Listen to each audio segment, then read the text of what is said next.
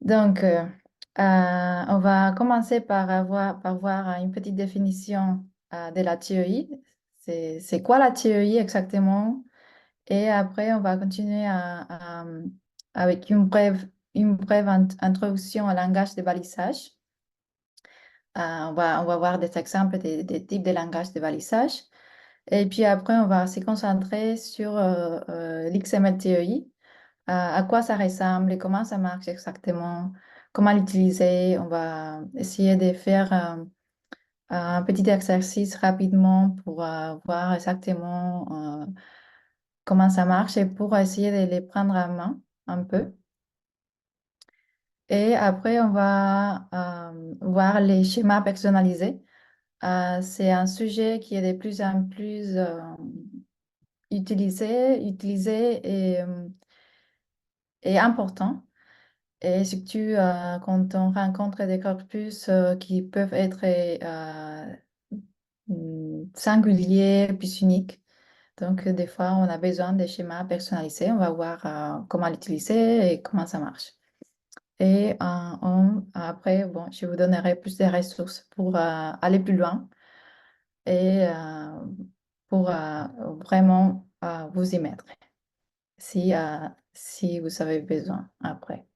J'espère que cet atelier va vous donner les goûts de commencer à travailler avec la TEI pour vos projets ou pour, euh, pour tout ce euh, dont vous aurez besoin peut-être.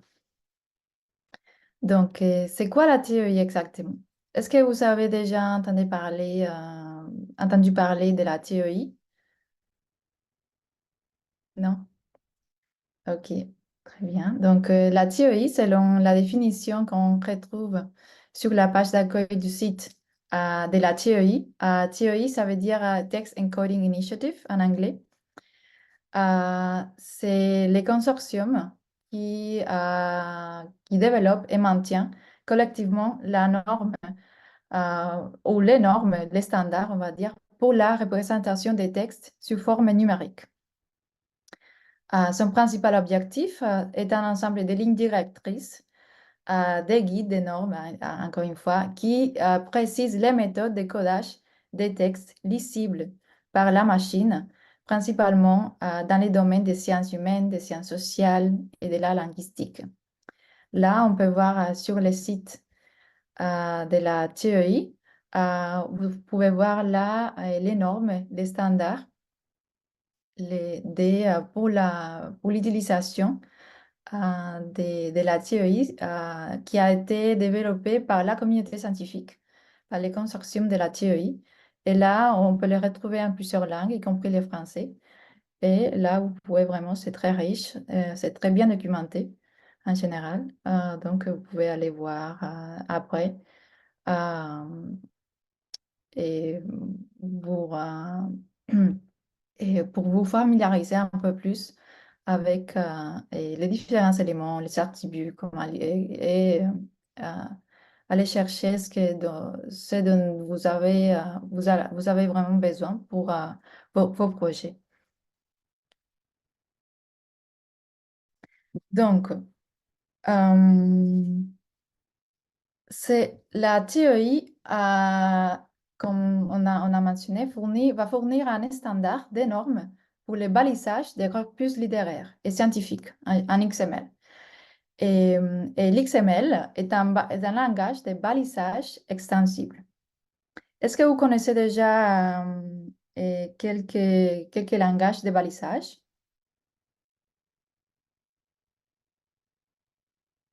OK. Est-ce Lesquels? HTML? Ah, ah, très bien. On a l'HTML.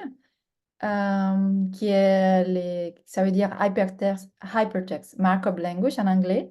C'est le langage que nous voit normalement pour les sites web. Et c'est le langage que les navigateurs vont reconnaître et utiliser par défaut. Et quel autre?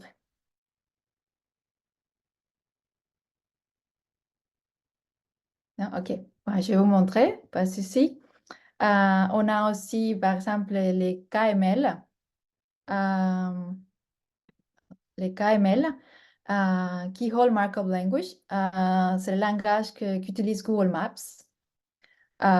Donc là, par exemple, on peut voir les noms d'une ville, par exemple, et sa description, et puis les coordonnées, encodées en XML. Voilà.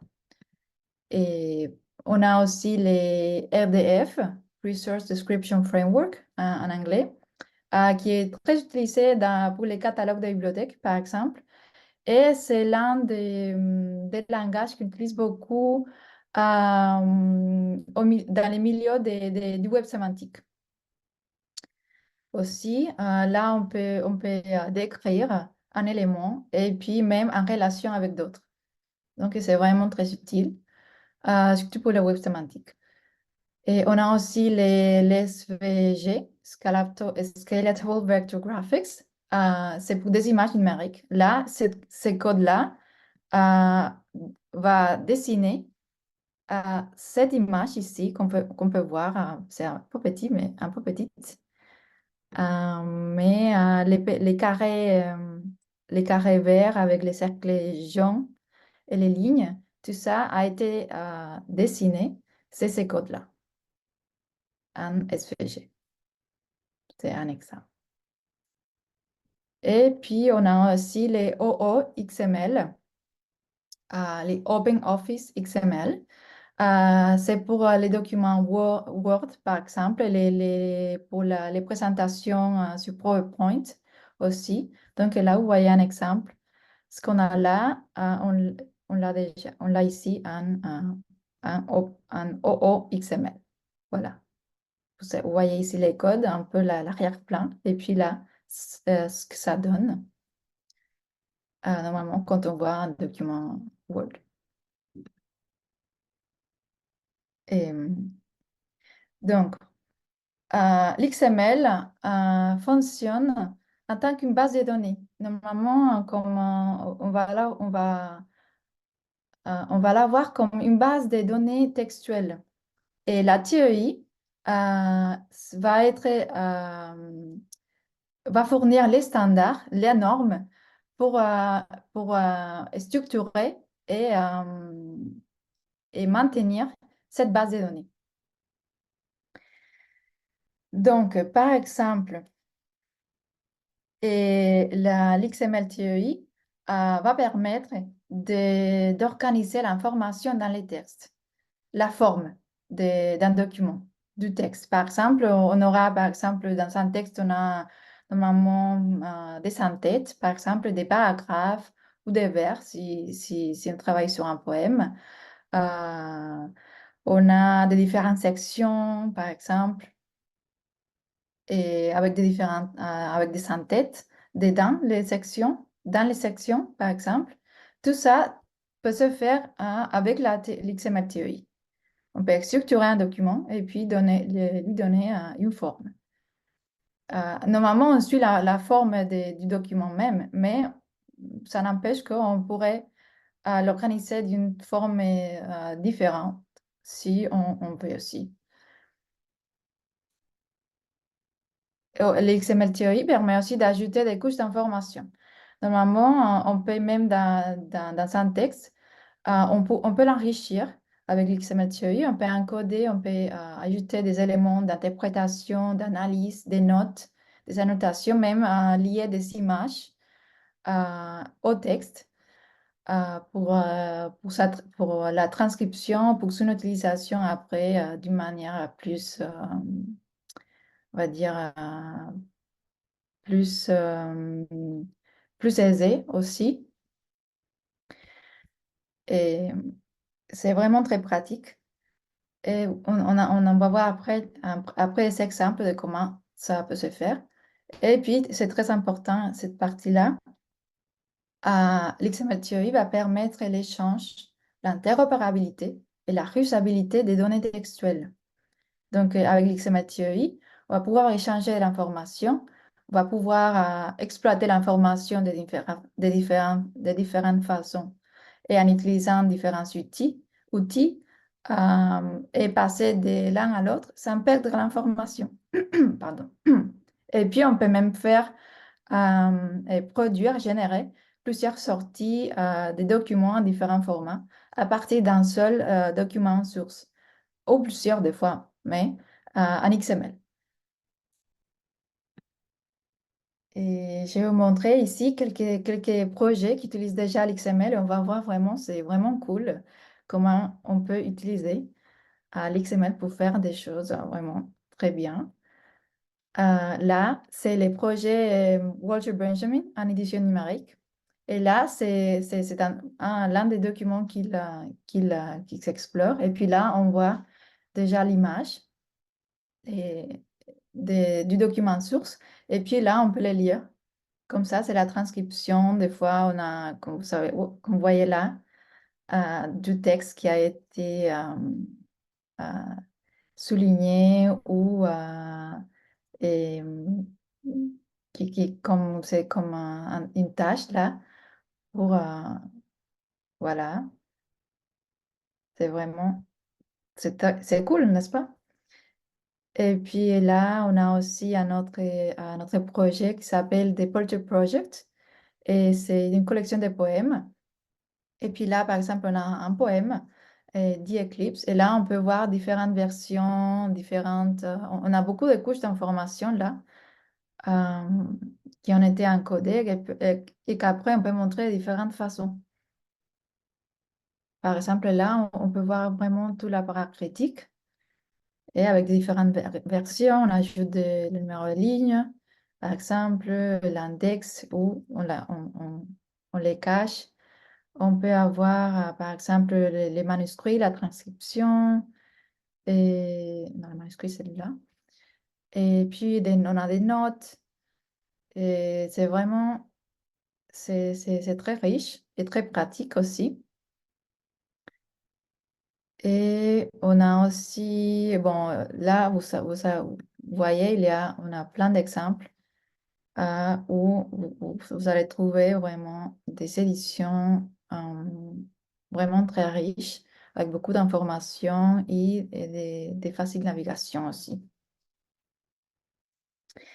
Donc, là, on va voir exactement. Là, on a vu vraiment l'XML Theory, ça devient de plus en plus la méthode des préférences par excellence, en fait, pour l'élaboration des éditions numériques savantes. Ça, c'est vraiment parce que c'est très utile, c'est très pratique et vraiment, ça permet de faire beaucoup, beaucoup de choses avec. Euh, donc là, on va continuer, on va vraiment rentrer dans les sujets, vraiment. Donc, dans les corps du sujet. Donc, comment utiliser exactement la théorie et à quoi cela ressemble?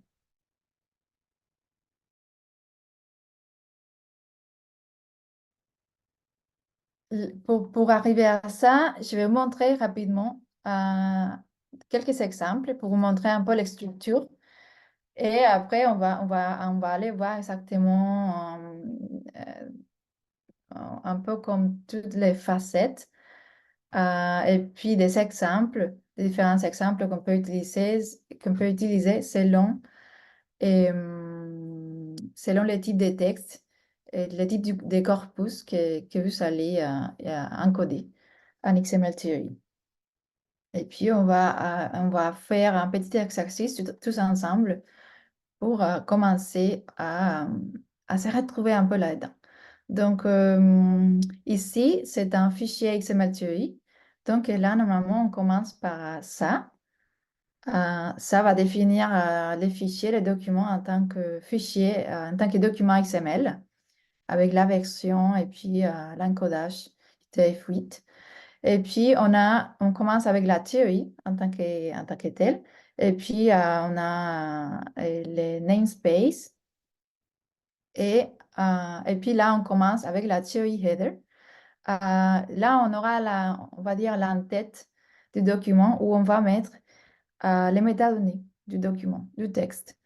Donc, notamment là, on retrouve les titres, par exemple, et l'auteur, éditeur, etc. Toutes les données liées au document qui vont décrire les documents. On peut retrouver l'information par rapport à la publication, les sources, etc. Donc, ça, c'est l'entête où on met les métadonnées. Et puis après, on retrouve les corps du texte. Et puis là, on a l'entête, on a vu, il y a normalement là-dedans, il y aura les métadonnées. Et puis après, on aura les corps du texte, les textes en tant que tels.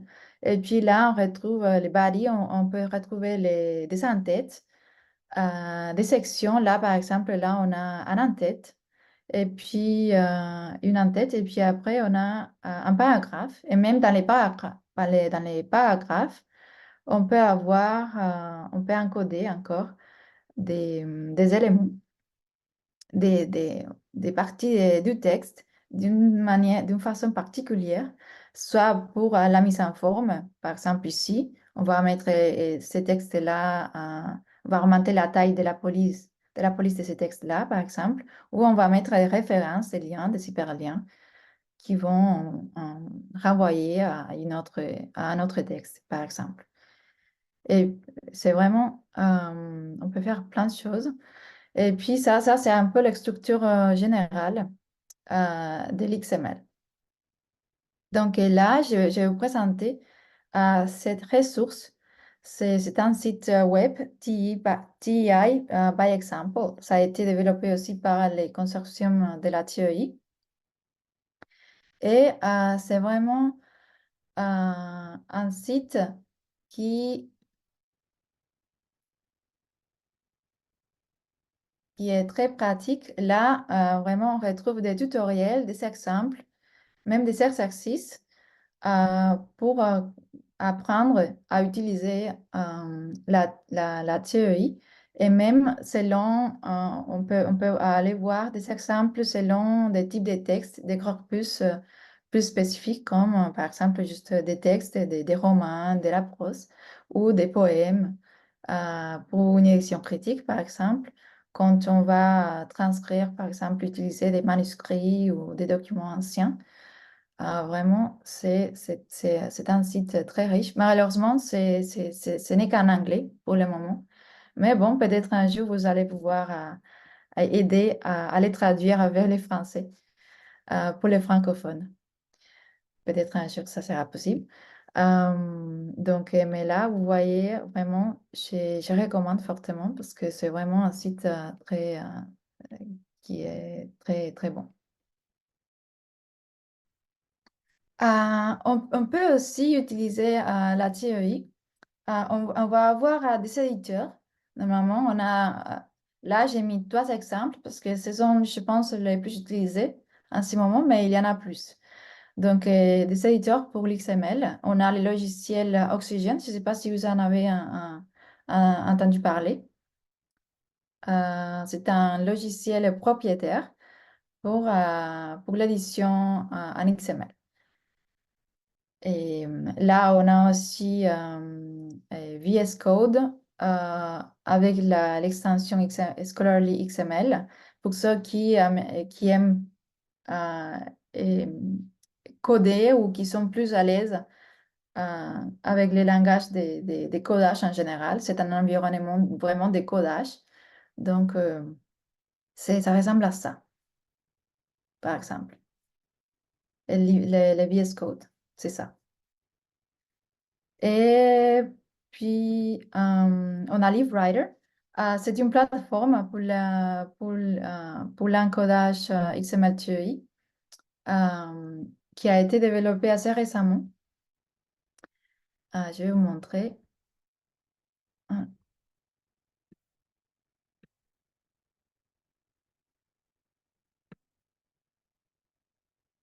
Et, et là, par exemple, c'est vraiment très utile parce que là, vous pouvez l'utiliser depuis les clouds. Si vous avez un compte GitHub, vous pouvez lier votre compte GitHub directement à la plateforme et puis utiliser vos documents qui sont déjà en ligne. Donc, ça se sauvegarde automatiquement.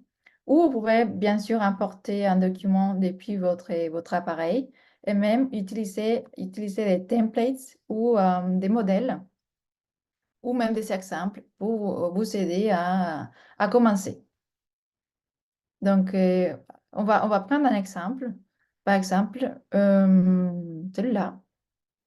Et on va aller voir exactement un document XML. Qu'est-ce que ça donne un peu? Ok. Ça, c'est mon document XML. Cette plateforme est très pratique parce que là, vous voyez, c'est une interface visuelle très, très intuitive. Et puis là, on peut voir même l'image liée au document, si c'est le cas. Et puis là, on a si, la validation du document, si le document est valide ou pas, s'il y a des erreurs. On peut avoir aussi les codes en XML qu'on peut aussi aller éditer si on veut. Là, comme j'ai dit, là, on a vraiment, comme on a vu tout à l'heure, XML, XML model. On va parler après de ça, après. Et c'est pour les schémas.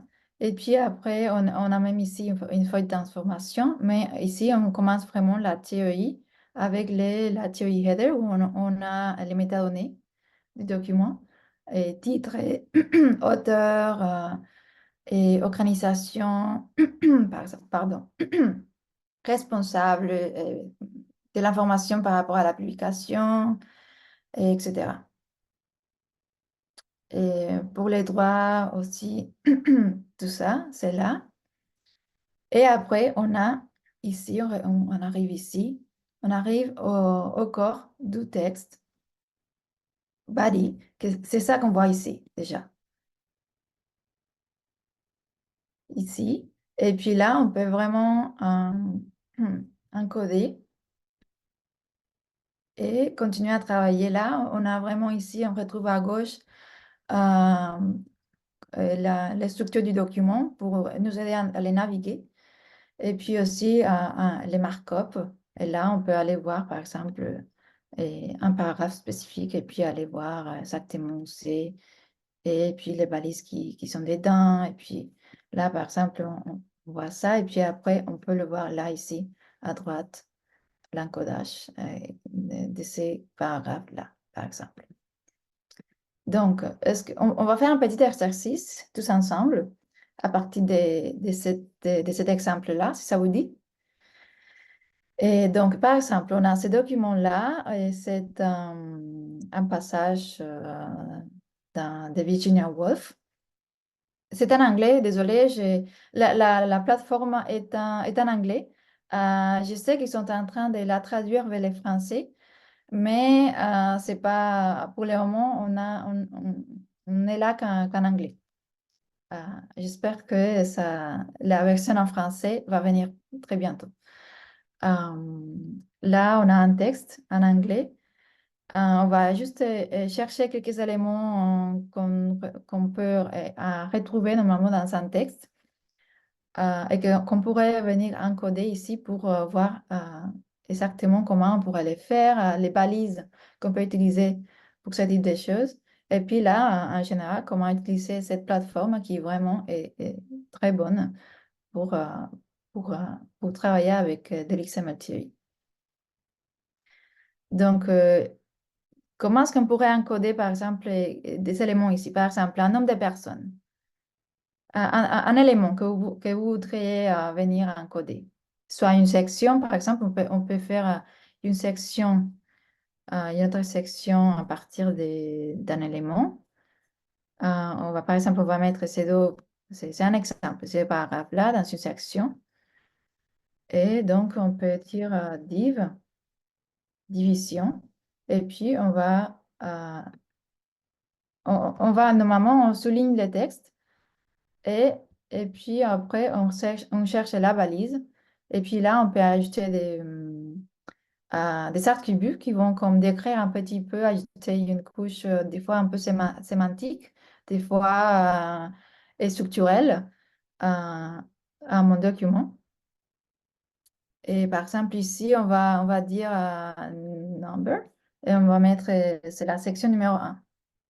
Par exemple, c'est un exemple. Vraiment, quand on va encoder, ça, c'est très flexible. Ça va dépendre beaucoup de votre texte, de votre protocole éditorial que vous allez établir.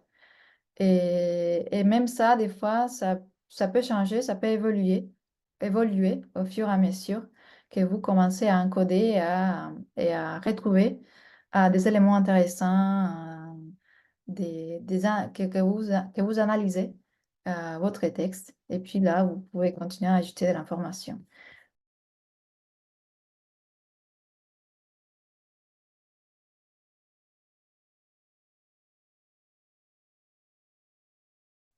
En tout cas, dans un texte, on peut, par exemple, on va encoder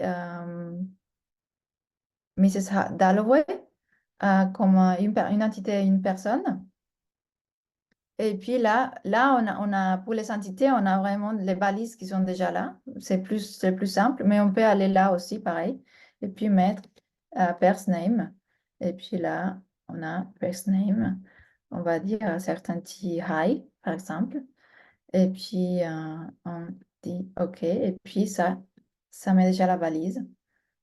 Et puis, on peut la voir là, ici à droite. On peut la voir ici avec les attributs, par exemple. Et puis, c'est très visuel, donc ça aide beaucoup. Surtout au début, quand on ne connaît pas encore beaucoup des balises, des éléments qu'on peut utiliser. Surtout quand on commence à explorer, c'est vraiment très pratique. Alors, un autre élément qu'on pourrait encoder là.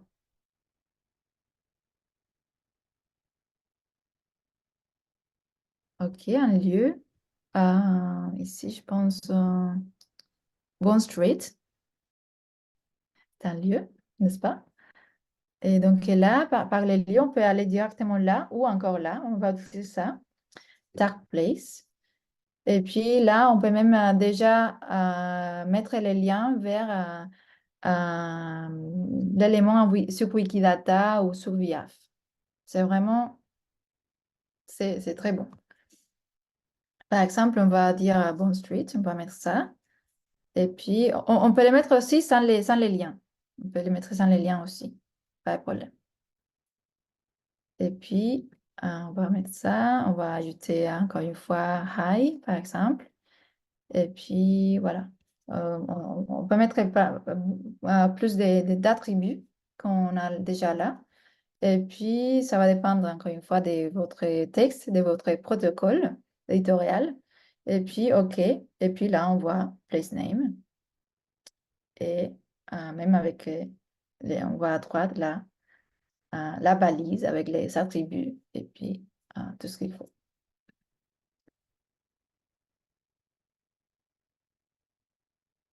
OK, on va par exemple, on va faire un petit truc rapidement. Un texte, une phrase en français, peu importe, juste pour tester. Là, il me fait automatiquement, il va me dire c'est un paragraphe. Donc, on va dire ceci est un paragraphe. Et puis, on a un paragraphe encodé, par exemple. Et c'est par rapport à la forme, quand on va donner comme la forme et les structures de mon document, on commence à mettre des sections, des paragraphes, des sans-têtes. Ça, pareil, ça marche, ça fonctionne de la même façon.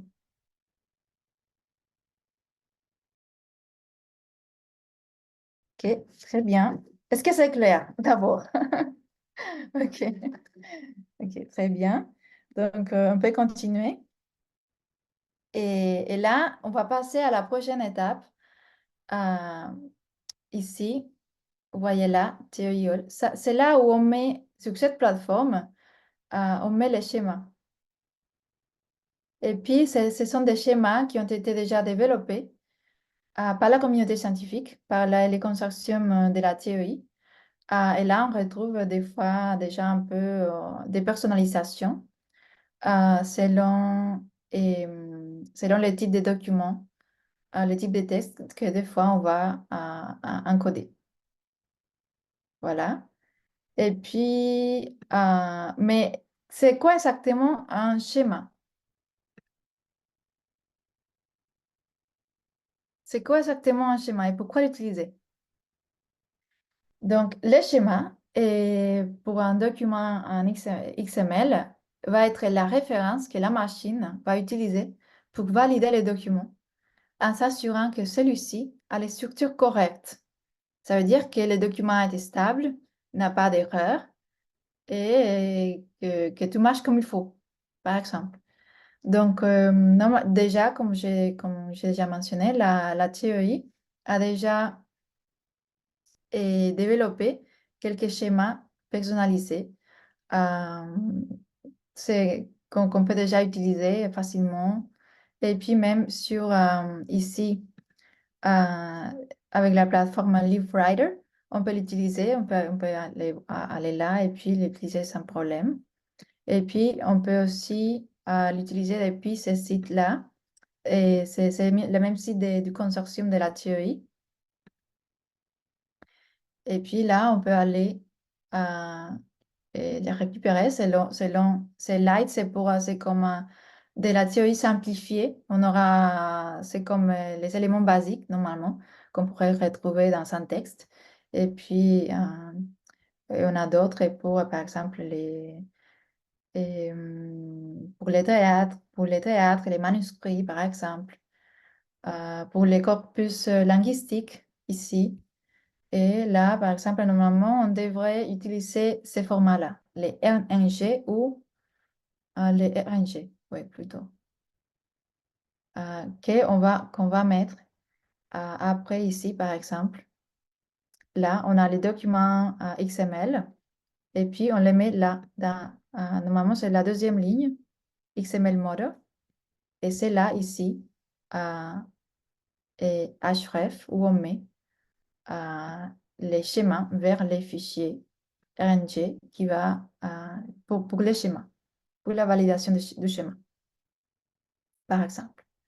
Mais aussi, si on veut vraiment personnaliser un peu plus, pour avoir vraiment un schéma personnalisé, plus personnel selon notre corpus, on peut aller la plateforme Roma, encore une fois développée par les consortiums de la TEI.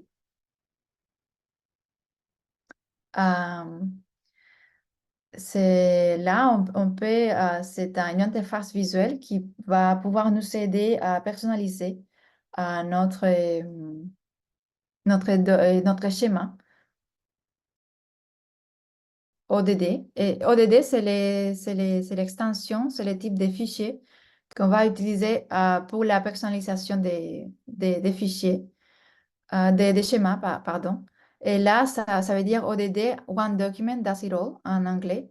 Un seul document fait tout. Et ici, Romain, on peut l'avoir en plusieurs langues, y compris le français, bien sûr, vraiment. Et puis, en état français. Et là, comme ça dit là, c'est les formats TEI XML. C'est conçu par la TEI, Text Encoding Initiative, pour documenter et définir toute personnalisation de la TEI.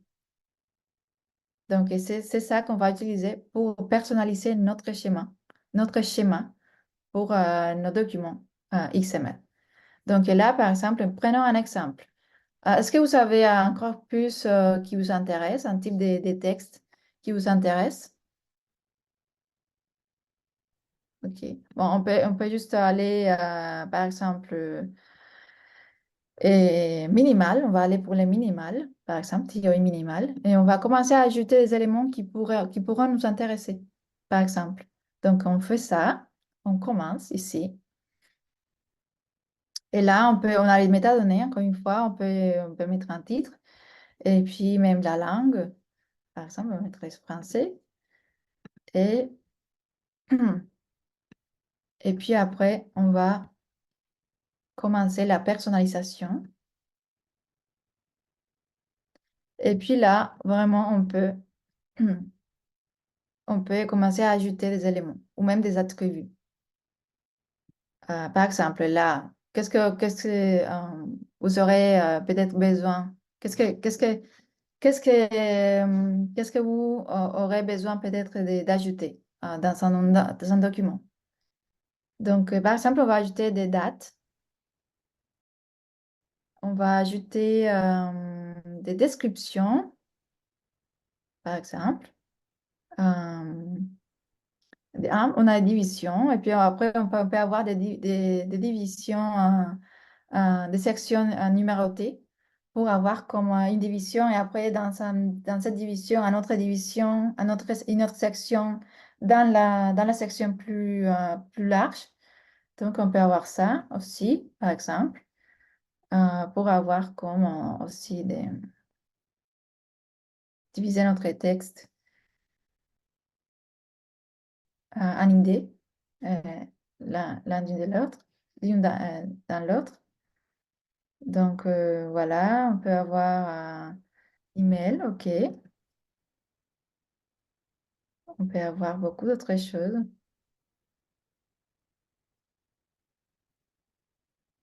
OK. On va avoir facsimile, par exemple, pourquoi pas, pour lier l'image de notre document source au document. Euh, et voilà. Bon, on va le faire comme ça. Et puis après, on peut aller ici.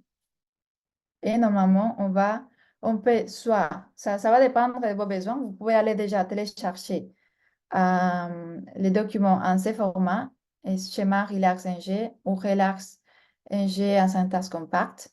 Ça, c'est vraiment, vous pouvez aller télécharger les fichiers et puis après mettre ça déjà directement, comme je vous ai montré ici, euh, et mettre les schémas vers ces fichiers-là que vous allez télécharger sur votre ordinateur et puis les mettre là, par exemple.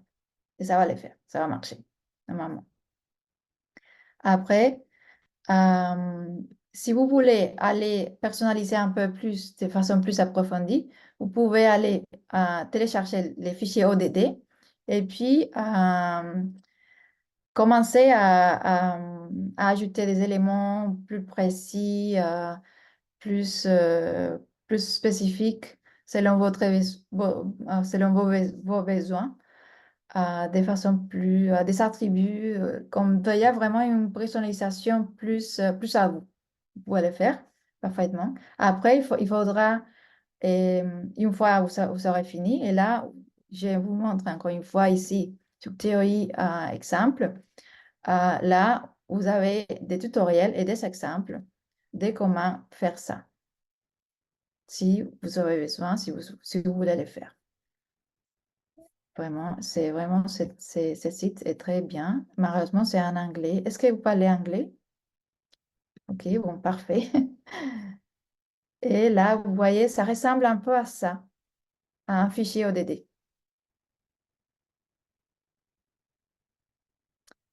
Et pareil, je pense que je ne l'ai pas mentionné, mais dans un fichier, un langage XML, on aura toujours une balise qui ouvre et une balise qui ferme, toujours. Et puis dedans, on va avoir des éléments, normalement. Ça peut être du texte, comme ici, par exemple, on a du texte, mais on peut avoir aussi d'autres balises à l'intérieur qui vont être anidées euh, l'une dans l'autre. Comme ça, c'est toujours comme ça. Euh, En théorie, en ODD, ça va être toujours comme ça. En HTML, pareil, c'est comme ça que ça marche. Euh, Donc là, vous pouvez voir, normalement, ça va, c'est une façon plus simple de le faire parce que vous avez déjà des modules qui ont été déjà définis, développés. Donc, vous allez pointer vers ces éléments-là et comme on a vu, on va inclure des éléments plus spécifiques depuis ces modules-là. Et c'est ça qu'on a fait sur Roma, c'est juste un code maintenant. C'est à peu près la même chose. C'est juste là, vous l'avez vraiment en XML, vraiment dans les codes. Mais c'est la même chose, plus ou moins, qu'on a fait tout à l'heure sur Roma, quand on a coché des cases pour ajouter ou enlever des éléments. C'est juste là, bon, c'est vraiment un XML. Et puis, vous pouvez télécharger ces documents ODD. Et puis, en suivant, encore une fois, les normes développées par la TEI, aller personnaliser votre schéma.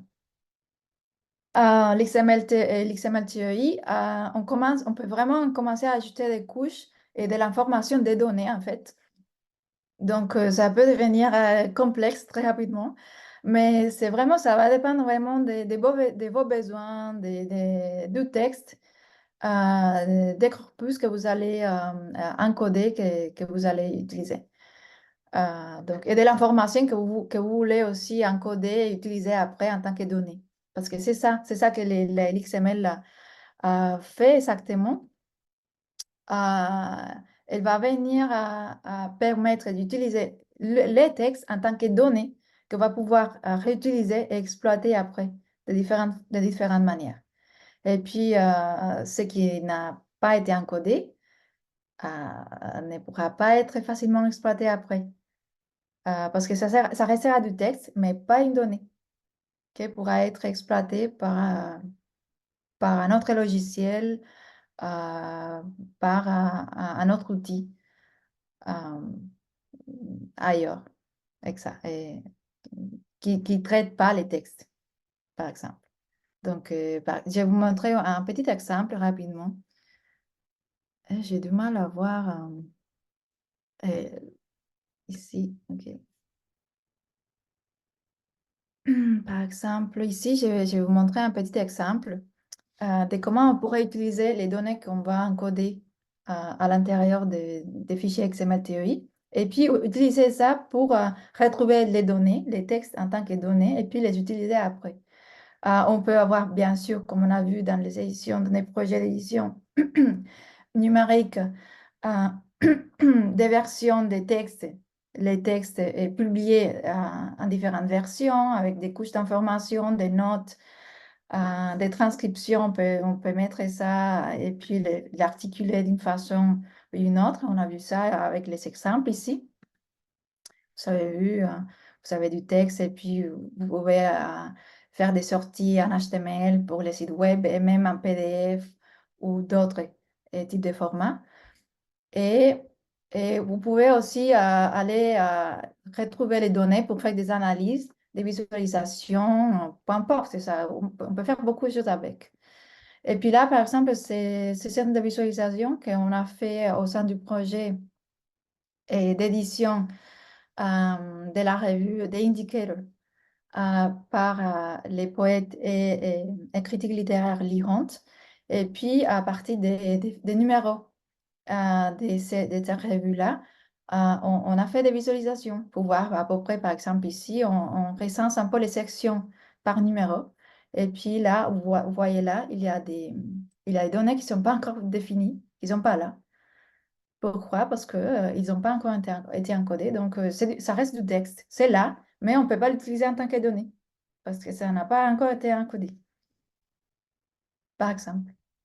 C'est un exemple. Et là, ça, c'est juste pour que vous voyez exactement euh, comment ça pourrait marcher. Voilà, ça peut faire C'est un exemple. Donc, pour dire que vraiment, si ce n'est pas encodé, on ne peut pas les réutiliser facilement. Voilà. Mais c'est vraiment, c'est ça, c'est les textes, et puis les textes deviennent des données qu'on peut utiliser après de plusieurs façons. Très bien. Donc là, je vous donne plus de ressources pour aller plus loin. Surtout ici pour l'XSLT, que c'est le langage qu'on utilise pour la transformation. Pour transformer l'XML pour faire des sorties en plusieurs formats, soit HTML, PDF et d'autres. C'est ça, je dis ça parce que c'est le plus courant, mais là, on peut utiliser euh, ça pour faire des sorties et pour la publication normalement. de notre document XML en plusieurs formats. Et puis là, par théorie Garage, je ne sais pas si si vous avez entendu parler de théorie Garage. C'est encore une fois développé par la TEI, la communauté de la TEI. Donc, c'est pour la conversion des documents. Et même là, par exemple, quand j'ai dit et, il faut convertir les documents ODD pour les schémas personnalisés. On peut aller là, par exemple. Et normalement, sur Oxygène, on peut le faire aussi, parce que Oxygène a déjà tout ça intégré. Mais si vous ne savez pas Oxygène, vous pouvez utiliser ça. C'est gratuit, c'est un libre accès. Et puis, vous pouvez aller, c'est Compile ODD ou ODD normal. OK. Là, par exemple. Les deux fonctionnent et puis vous allez les convertir dans ces formats-là ou ces formats-là pour pouvoir après les mettre, comme je vous ai montré, dans les fichiers XML, et XML modèle et puis les, les schémas vers les documents dans ces formats-là. Voilà, ou converte. Et là, même aussi, vous pouvez convertir un fichier XML TEI P5, c'est la dernière version, vers du PDF, vers HTML, XHTML, un autre document XML pour faire des transformations rapides, par exemple, et ajouter des éléments, faire des modifications dans votre fichier XML, mais de façon plus automatique, disons. Donc, on peut faire ça aussi. Et là, par exemple, normalement, si vous avez des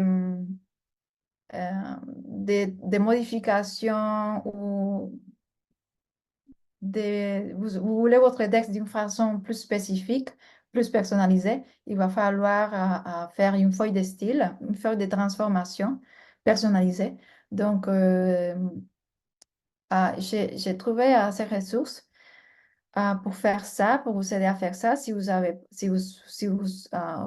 pas encore comment utiliser l'XML Theory,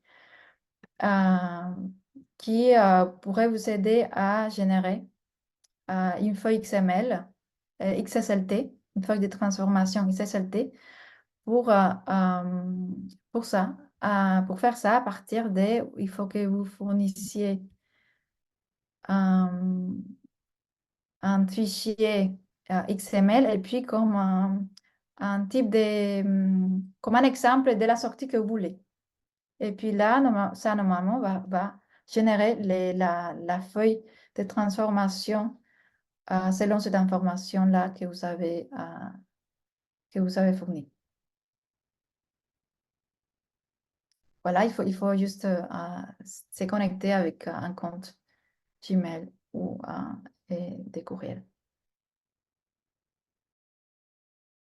Là, vous avez d'autres ressources ici, très pratiques aussi, que vous pouvez utiliser pour la transformation, par exemple, en utilisant le navigateur directement.